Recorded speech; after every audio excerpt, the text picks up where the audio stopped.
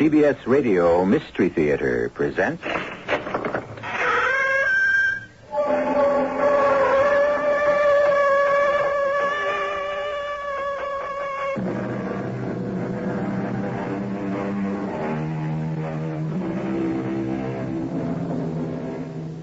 Come in. Welcome. I'm E.G. Marshall. You know, I'm always glad to have you in my home. And as I say these words, I think how easily most of us take the word for granted. How much that simple word has been lauded in song and verse. Think of the quotes. Home, sweet home. Home is where the heart is. The sacred joys of home. And 100 others. And of all of them, the one which best suits this story, charity begins, or should begin, at home. My visitor had come, no doubt of that, and I was ready to go with him willingly. And then, suddenly, I heard Muriel's voice calling me back. And I sensed she was in trouble, that she needed me. So I came back, Rowoke, or whatever it was. Did I go beyond the grave? I don't know. I only know it was to the edge. But I came back. And I shall not return till I've done what I was called back to do.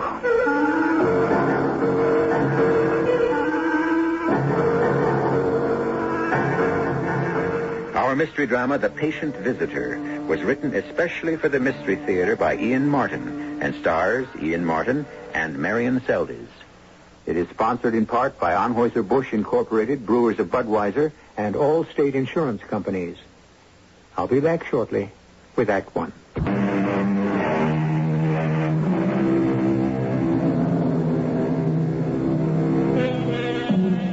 Most of us take it for granted. A roof over our heads, a house, an apartment, a mobile trailer. Somewhere there is home. But what of all those who don't have a home? Those who are lost, who have outlived their usefulness and their welcome, and don't have a roof over their heads. Suddenly alone and homeless. This is the story of one such uncomplaining but sensible and gallant lady.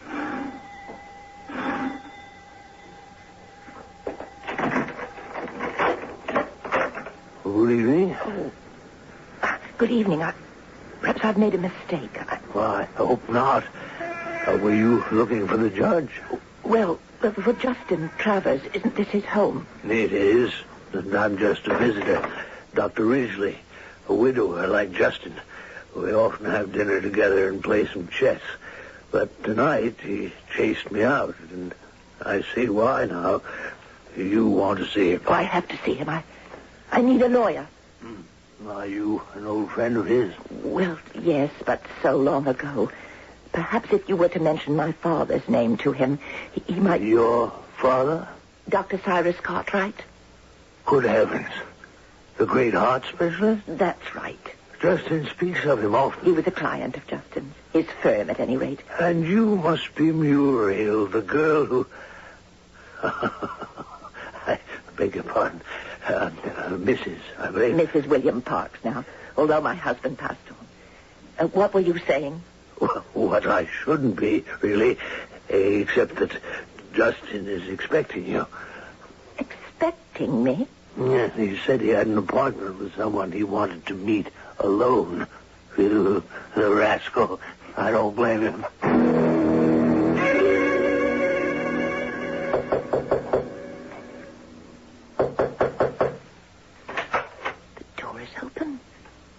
Grown hard of hearing. There's no one here. Oh, yes, in the big wing chair. I see his hand lying on the arm. Yes? Who is it? Mr. Travers.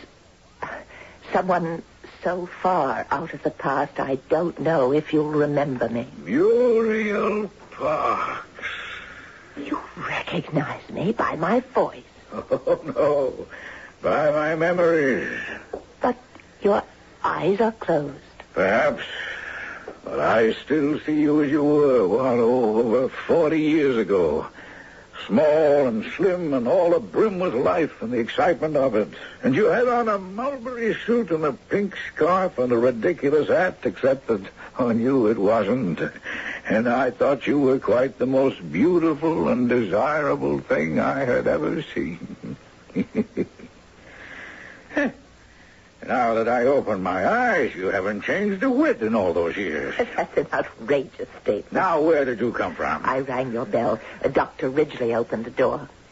He said something about your expecting me, but how could you? Well, I don't understand. He said that you had an appointment with someone.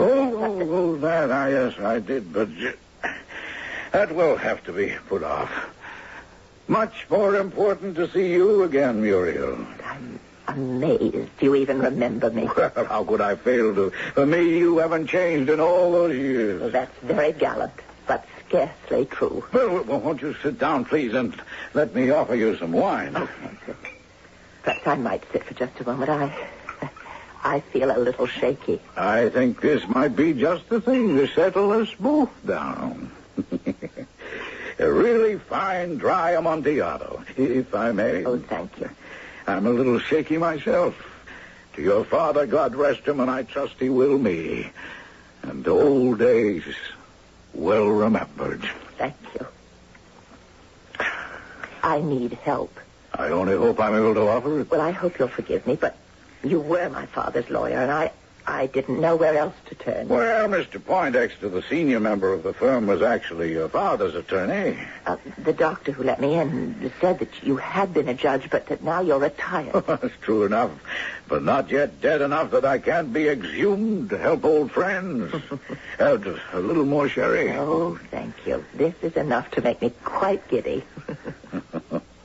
Your eyes are sparkling as they were that first time you came to our office. 1935, maybe, thereabouts. And you just made your debut. Considering the times, I should have been ashamed of myself. I was driving my own Packard Roadster. I had a new spring dress, and I had been to the Patriarch's ball the night before. You were the loveliest thing I've ever seen. Was there ever a world like that? Or was it just a dream? I remember I cut your picture out of the rotogravure and slipped it into the corner of my dressing room mirror. Why didn't you ever try to see me? Oh, I was afraid to. You had every beau in town at your feet, and there seemed so much time then. There always does when you're young. Besides, I was a good deal older. Oh, not that much. You might have called. I might have, but I didn't. Why? Because you got married to someone else. So did you. Ah, so I did. And I hear your wife is dead.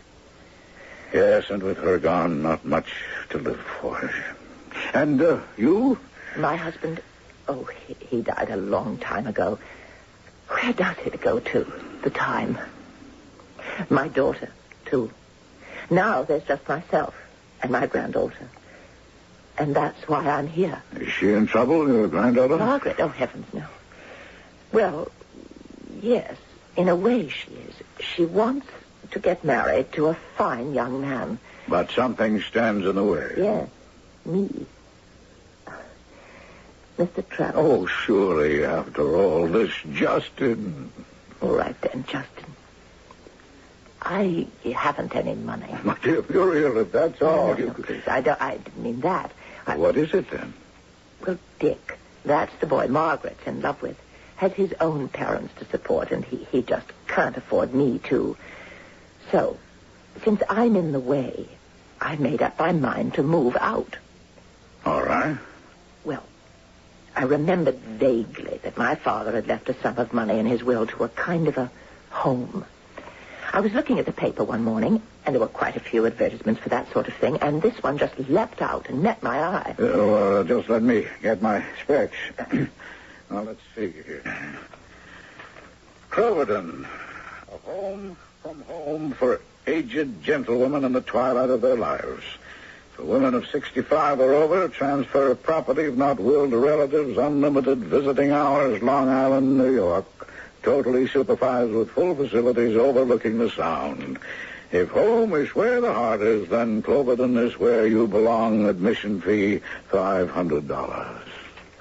Oh, my dear Muriel, you can't consider seriously... That's not the problem, Justin. My mind is quite made up, and for that matter, I've already made the plunge. I didn't have all the money, but I was able to raise part of it. How? Well, I sold my wedding ring. It had some diamonds. It's a little old-fashioned, of course, but I got $250 for it. And they wouldn't accept that? Well, that wasn't the stumbling block. Then what? It's quite a long story, and I'm taking so much of your time. Muriel, all I mind is your hesitation.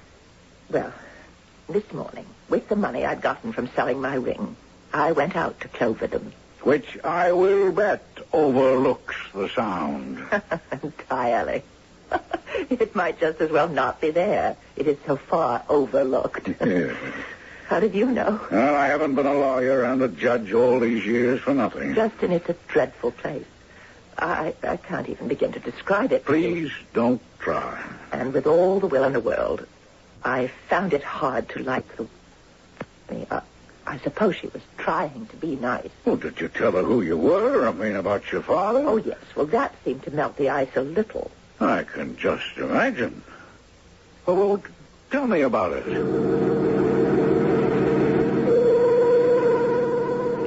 Well, what you're trying to explain is that you don't have the full entrance fee, Mrs. Parks. I have half. Of course, and no other assets. Well, my father gave you our house to be part of your home and some money, I think. I'm sure he did. This is it's a little difficult for me, Mrs. Parks. You see, I'm only assistant superintendent of Cloverdon Homes Incorporated, and at the moment, we are full up. You mean you won't take me? Oh, no, I'm quite sure that I think I can say without fear. Well, now, I believe it would be better for you to see the superintendent himself, Mr. Blessing. Oh, could I see him now, then, please? Oh, Mr. Blessing is seldom out here. Now, you'll have to see him at our New York address. You mean my old home in New York City? Yes. But please, let me call him and tell him you're coming. If you want. If I'd known I could have gone there directly, I wouldn't have had to make this long trip by subway and bus. This is the address you list in your advertisement. Oh, yes. This is the main institution, but the administration is all handled from New York. So, back to New York I went, a little upset at the wasted trip, but more than anything, afraid to go back to my past, to the house where I grew up, to the house I suppose in a sense you could say I hoped to die in. Only mine no longer. And if I lived in it again, only as a guest. And somehow I had the feeling, in spite of all, an unwelcome one. A ghost presence from the past that no one expected or wanted to haunt the present. Have you ever had the feeling, Justin, that if you are not already dead, you should be? That there isn't any place for you anymore?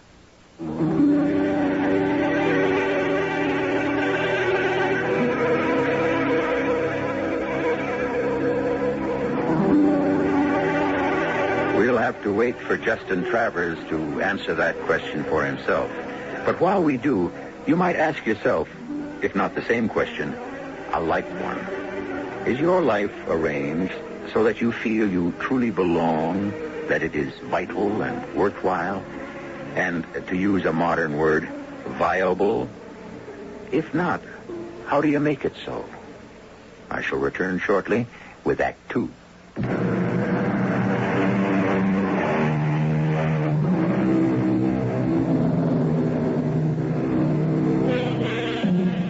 From under shaggy eyebrows, the keen brown eyes of Justin Travers burn fiercely, his gaze unwaveringly fixed on the neat little lady beside him. And Muriel Parks is a tidily attractive woman, with her figure still slim and youthful in her 60s, and her silver hair is soft curves framing her alive and surprisingly unlined face like a halo. But in Justin's eyes, she is still that radiant chestnut-haired girl of 40 years ago, and what is running through his head would be hard to translate. How dare anyone ever hurt a hair of your head, Muriel? Why, old as I am, I want to leap on white chargers and ride out to do deeds of daring do in your name. Henrietta, my beloved, my dear wife, I know you'll forgive me. I'm in no way unfaithful to your memory or all our lovely years together. We were meant, destined for each other, and I cannot wait to join you.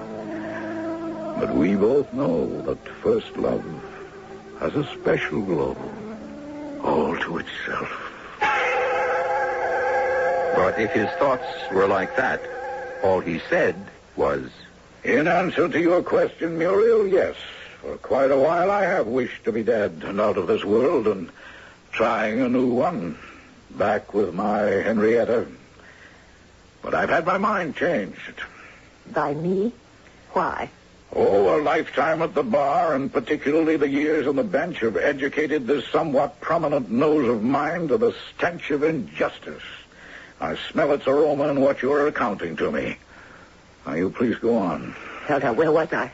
On your way back to what was once your father's house in New York, now part of Cloverdale Homes for aged gentlewomen. Yes. Did you ever know the house? Yes, I think I might have been there once or twice. On Sutton Place, with a garden that runs down to the river. Oh, yes. Don't I remember a boathouse and a dock? Yes. And above it, high enough to look over the roof and across the river. Do you remember the chestnut tree with the seat halfway round the trunk? I remember a lovely shade tree just right for the afternoon sun. That's it. Well, it was all there. I mean, just as it was when I was a little girl, as if I'd never been away. How beautiful you make it sound. Oh, how beautiful it still is. I was so stunned to see it all the same that while I was waiting to see Mr. Blessing, I let myself out into the gardens. I was drawn by the tree, just to sit there a moment and look out over the river. But when I got there was another little old lady like me sitting on the seat, a bird of a lady with a long feather boa wrapped around her. A feather boa? Yes, I was surprised myself. I haven't seen one since I was a child. But she was very sweet, and she said, "Oh, is there room enough for you to sit down? I could easily move." No. There's plenty of room. You know, I love to sit in just this particular spot and watch the boats go by.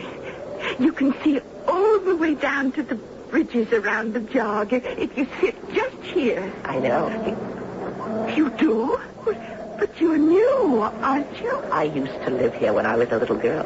This was my house. I was born right there in the corner room on the second floor. Oh, really? Isn't that fascinating? Well, that's my room now. Are you joining us? I don't know yet. Oh, well, if you do, you shall have it back. Oh, I couldn't. Oh, nonsense. The room you were born in? But I couldn't turn you out. Have you lived here long? Oh, 22 years now. I'm Mrs. Lefferts, Mr. Blessing's mother-in-law. That's the gentleman I'm here to see. Oh, well, I hope you can arrange to be here. I'd enjoy the companionship. You know, we have something in common. We do? Yes. Both of my granddaughters were born here, too. They're over there, see, playing tennis with some of the staff. Good heavens, I didn't notice someone built a tennis court. Yes, my son-in-law. He knew my Betty particularly loves to play. Which one is she? Oh, the blonde one, with the pigtails. That's my daughter. How many old ladies are here now? Oh, well, you're looking at the only one. Just you? Well, Mr. Blessing's mother lived here until she died quite a few years ago. Now there's only me. Which leaves you almost a stranger, doesn't it? Yes, it's quite lonely. Oh, I do hope you join us. I'd better talk to Mr. Blessing. Oh, well, he'll be in the library. Second door to the right. Oh, but of course, since it was your house, you'd know that. Well, how nice to meet you, Mrs. Parks. Come in. Thank you. I'm sorry to have kept you waiting, but, pressure of events. Allow me to seat you. You're very kind. Not at all. My pleasure. My bent, if I may say so, and, of course, my calling. Well, Mrs. Hatcher has been in touch with me. Matter of fact, I was just on the phone again with her, and I'm happy to say that in spite of a few difficulties, we have managed to arrange everything. You mean I can be accepted? My dear lady, who has a better right? But you realize that I don't have all of the entry fees. Whatever you have. The balance would be waived as a matter of course in your case. Then I can come with you to live. My dear, Cloverden's doors are open to you. After all, your father did leave us a considerable bequest. Most generous man, a true philanthropist. Now, just as a matter of business, there are certain papers... Oh, before I sign those, may I ask you something? Oh, ask away. Do I understand that I will be living here? Here? Well, I was born in this house, you know. Were you? Yeah, how pleasant. Well, now, we shall have to see what can be done. Such a pity, but for the moment, that won't be possible, since we are full up here. Oh, but Mrs. Leffert said that she... Oh. You've met my mother-in-law? Yes. While I was waiting, I sneaked out to have a little look at the garden again. So, you had a talk with Lily, Mrs. Leffert? Just a few words, really, but she told me that she has my old room.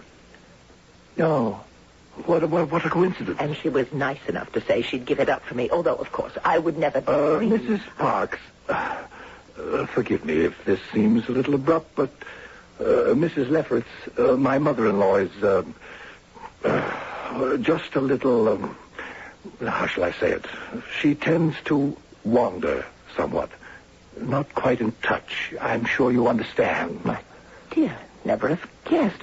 She seems so clear and lucid. Yes, doesn't she? Well, the fact is, well, I don't think we need to dwell on it too much. Only that she lives in the past, another world. We were able to make an accommodation for you at what we like to call the country house.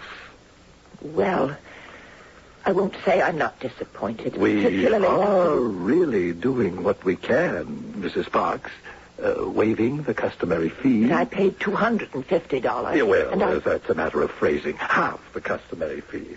And it has taken quite a bit of maneuvering to locate you in what we call one of our deluxe rooms. But I'm very grateful, of course. Oh, no need to be. Only your due. We'll consider it all arranged, and as the French say, fait accompli. No further red tape, except one little formality. Here, if you would just sign. Right here, please. What is it that I'm to sign? Oh, it's nothing to bother your pretty head about, just lawyer's jargon about the assignment of property. But I haven't any property. Well, it's perfectly all right. It's just necessary paperwork. But don't you think I should read it first?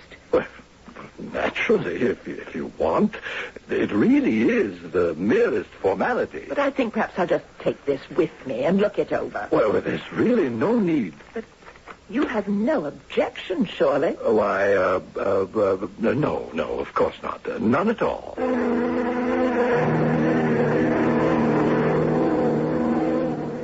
And you brought that paper to me, Muriel. Well, maybe I'm being overcautious. I just didn't like Mr. Blessing. I haven't even met him, and already I don't. I certainly didn't trust him. I suppose it's old-fashioned of me, but for all his manners, he just didn't seem like a gentleman. Yes, well, he sounds to me like a first-class snake in the grass. May I see the document, Muriel? Of course. Thank you. If you don't mind reading it, you see, I can't make any sense out of it. Well, naturally, there wouldn't be any need for us lawyers if you could, huh? And you say this Mrs. Lefferts was the only old lady you saw there? Yes, and she even told me she was. But you saw quite a few other people about.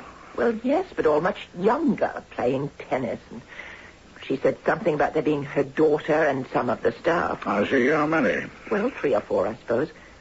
But I peeked into the dining room, and the table was set for 10. Have you read this yet? Not all of it. Well, I told you, it's so difficult to follow. Well, I'll only read you the pertinent clause and not even all of that. Agrees to transfer all right, title, and interest, both real and personal, in the estate of her father, Dr. Cyrus Cartwright, and to execute whatever instruments may be necessary thereto. You understand that? Yes. Why? Well, I mean, isn't that just customary? But you no longer have any interest in your father's estate, do you? Well, no, that's right. I mean, all he left me was gone long ago. Exactly. So why is it necessary to sign this? But if I don't, they won't let me in. I wonder about that. Yes, I think, as we lawyers say, I might just take that under advisement. But not now. Oh, but I can't wait much longer. I'm already holding up the children's marriage as it is. Well, we'll try to do something about that, too. But for the moment, I insist on you coming with me. Where are we going? To do something I should have had the courage to do 40 years ago. I am going to take you to dinner. And then I'm going to walk you to your house. But the paper... Oh, that's something I shall digest alone, along with a few other musty documents I'll dig up tomorrow morning. First, I want to reread your father's will carefully. And then tomorrow, you and I will pay a visit to your home. But it's not my home anymore. Oh, yes, but who knows? In my long and checkered career in the legal profession, I've discovered at least one truism. Well, what's that? That where there's a will, there's usually a way.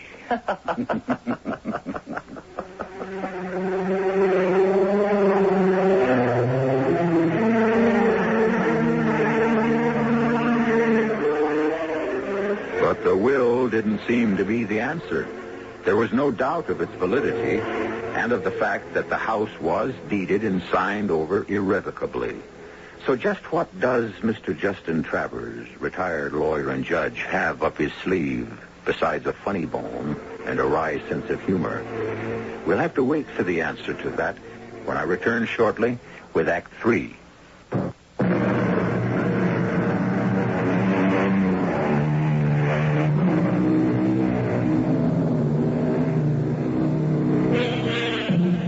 As it transpires, Judge Justin Travers has a little more up his sleeve than perhaps even he totally bargained for. Because once he returned from the courthouse and the probate records to spruce up for his afternoon appointment with Muriel Parks, that mysterious visitor he had been awaiting the night before paid his second call. And this time, instead of sending his friend Dr. Ridgely away before the arrival, the judge is constrained to call him to share the appointment.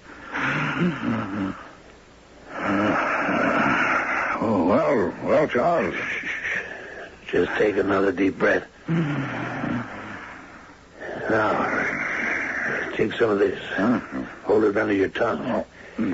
Now, I want you to tell me when this first started while I phoned the hospital for an ambulance. I don't want an ambulance. Justin, you're smack in the middle of a coronary. Your life is on the line. It won't be the first time. What I'm concerned about is it may be the last. So be it.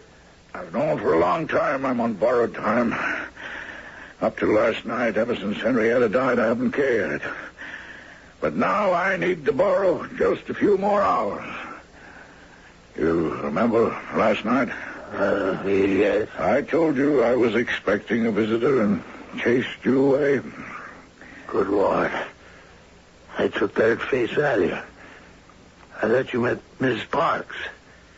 You mean that... I mean I was having trouble concealing from your eagle eye.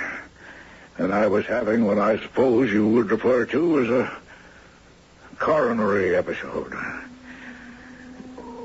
And after you left, I never heard the doorbell ring because to this moment I couldn't tell you honestly whether or not I slipped over the border. And then suddenly I heard Muriel's voice calling me back. And I sensed she was in trouble and she needed me. So I came back or came awake or whatever it was.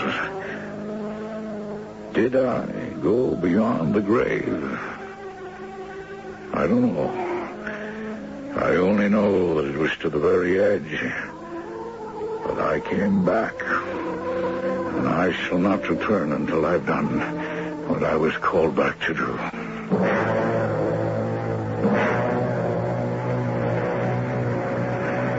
Well, there it is, Justin. Home for aged gentlewomen. Yes. Well, the circumstances may be singular, but at least the sign is in the plural. It was so kind of you to come. Uh-huh. Gate is open. Shall we go in? After you, my dear. Thank you. So these are the gardens. Oh, yes, I recall. And that's the chestnut tree, Yes, with the river beyond. It's a lovely prospect, isn't it? Not nearly so soul-satisfying as the one I have in view. Will you wait for me here while I have a word with Mr. Blessing?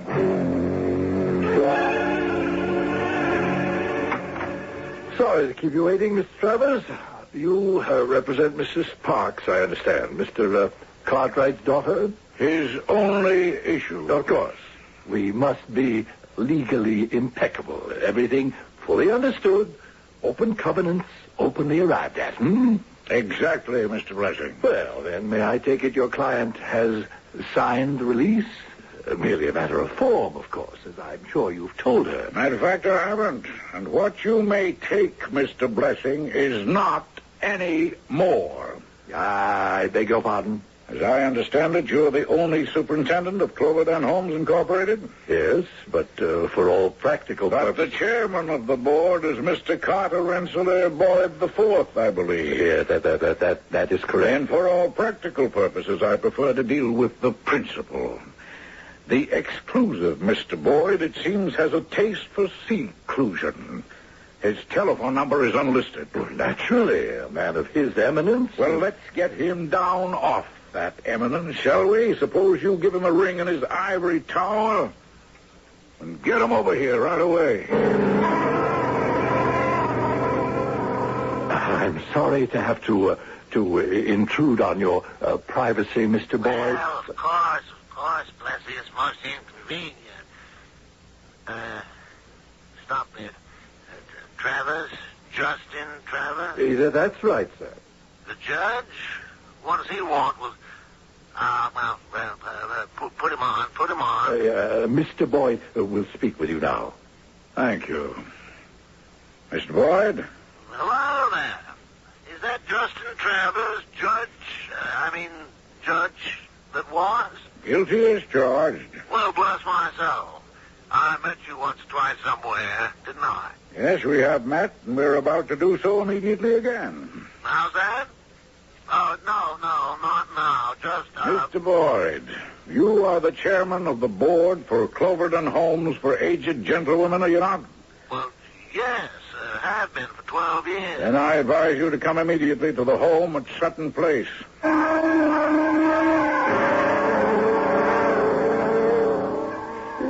It's all a misunderstanding, Mr. Boyd. I'm sure it'll all be cleared up as soon as Mr. Travers comes in from the garden with Mrs. Parks. Why do I need him to clear it up, whatever it is? You clear it up for me, Mr. Blessing. Well, you see, it's only a confusion in or the application of. Well, I mean, Mr. Travers doesn't understand the operations. Well, he's confused in thinking that... If you ask me, you're the one who's confused. Oh, there's the judge now. Perhaps we'll get it straightened out. I'll not judge any longer. Mr. Boyd retired, except for one last case. May I introduce my client, Mrs. Parks, whom I represent as an attorney, of course. Muriel, this is Mr. Carter Rensselaer Boyd. How many? The fourth. How do you do? Mr. Blessing, you already know, of course, Muriel. For your information, Mr. Boyd, Mrs. Parks is the only daughter of the late Dr. Cyrus Cartwright. Well, good heavens. It's a pleasure, madame, to meet the daughter of one of our institution's main benefactors. I'm sure she'll be delighted to hear that from you, since we have a complaint to make against the management. A complaint? Oh, not serious, I hope. Very serious, sir. When Mrs. Parks applied for admission to the institution, your superintendent, Mr. Blessing, attempted to coerce her into signing a document waiving her interest in her father's estate. You mean Mrs. Parks is an applicant for admission to the Hounds? Mrs. Parks has suffered, among other things, financial reverses. Oh, I'm so sorry. But of course, rooms will be made for her at once. Well, I've already arranged that. I've done everything possible, including waiving payment for admission. To that snake pit, that bedlam you allow to decay and rot without one thought for its occupants out on Long Island. But not here. Not to her father's own house. You see, I was born here, Mr. Boyd, right under this roof, and it would mean so much to come back. Oh, Blessing. Why can't she? Well, because we are full up. Mr. Blessing, let me ask you, how many inmates have you accommodated here in the last 18 years? Why, a good many. The number varies. How many at present? Well, at the moment, only one. And her name? Mrs. Leffert. Who happens to be your mother-in-law. Well, yes, but... Is she enrolled as an inmate? Well, no, but she is an old lady. And so, if Muriel will pardon me for saying so, is Mrs. Parks. Oh, it's all right, Justin. I qualify. Now, Mr. Blessing, yesterday when Mrs. Parks was here, she noticed that the dining room table was set for 10. Were you having a party? Well, of course not. Oh, then it's customary. Well, yes. Who are the 10? Oh, the inmates, members of my staff, and my family. How many in your family? 6. Counting your mother-in-law. No, that would make 7. Judge Travers. Mr. Travers, attorney, as of now. Yes. Well, Mr. Travers, I don't think this is necessary if you're trying to prove that there's room here for Mrs. Parks. I'm sure we'll agree that it can be made. Will you also agree that this property has never been used as an old lady's home? Mrs. Parks, would you please repeat what Mr. Blessing's own mother-in-law told you? Oh, I'd be happy to. She told me that she'd lived here for all the 22 years that her son-in-law had been superintendent. And there have never been any old ladies here, except herself and Mr. Blessing's mother, till she died. Now, isn't this just a question of management? Well, of course. This is administrative headquarters. We own the property to use as we see fit. Oh, do you? And can you? Gentlemen, have you ever read the exact wording in the will? As I see you haven't. Well, then allow a lawyer to read it to you. To the Cloverton Home for Aged Gentlewomen Incorporated, I give the sum of $25,000, together with my home and furnishings in Sutton Place, provided that these premises and their appurtenances shall be used for an old lady's home. Otherwise, said house and furnishings shall become part of my residuary estate. Well, what about it? Simply that my client, Mrs. Parks, née Cartwright, happens to be the residuary legatee of her father's estate. And since your corporation has never satisfied the terms of the will, this house legally reverts to her. Good Lord. Is this true, Judge Travers? Well, if you want my opinion, I can assure you that it is, as your own lawyers will tell you. That won't be necessary. Blessing, you're fired. Oh, but where will I go? Are you going to put me out of my home? Your home. Mr. Blessing, this is Mrs. Parks' home. De facto and de jure. The rest of us are only trespassers.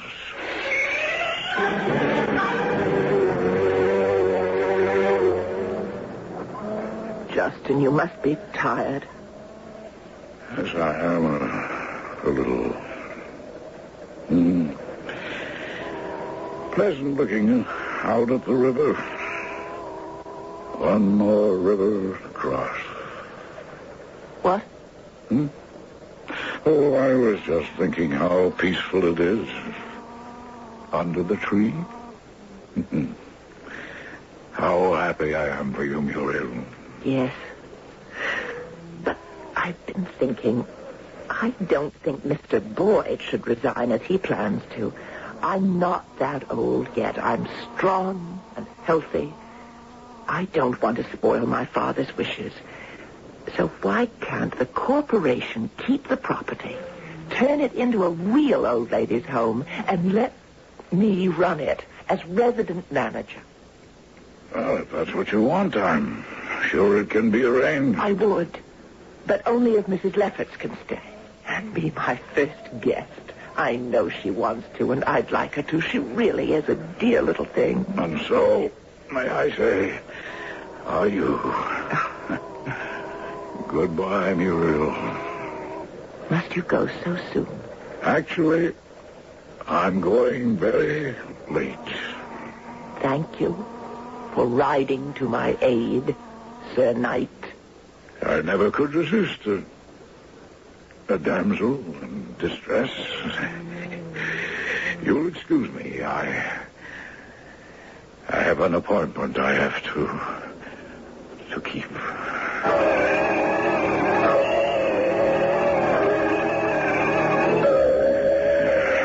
Justin, hold on.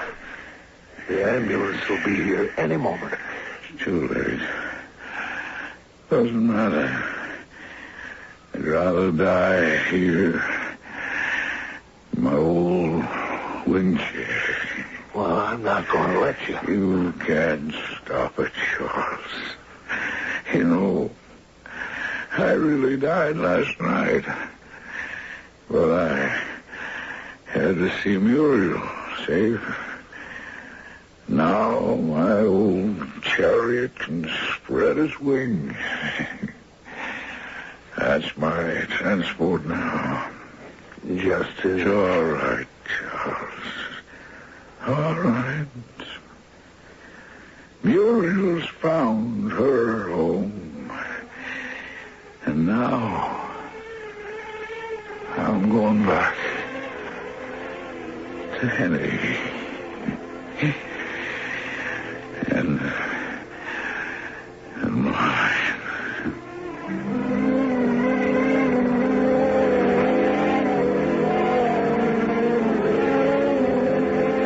Requiescat in pace, Justin Travers, 78 full years. And a man, when he has to go, should be able to bow out on a note of triumph. No need to mourn him, just remember him. Dr. Charles Ridgely had the headstone inscribed aptly, "We shall not look upon his like again." I'll be back shortly.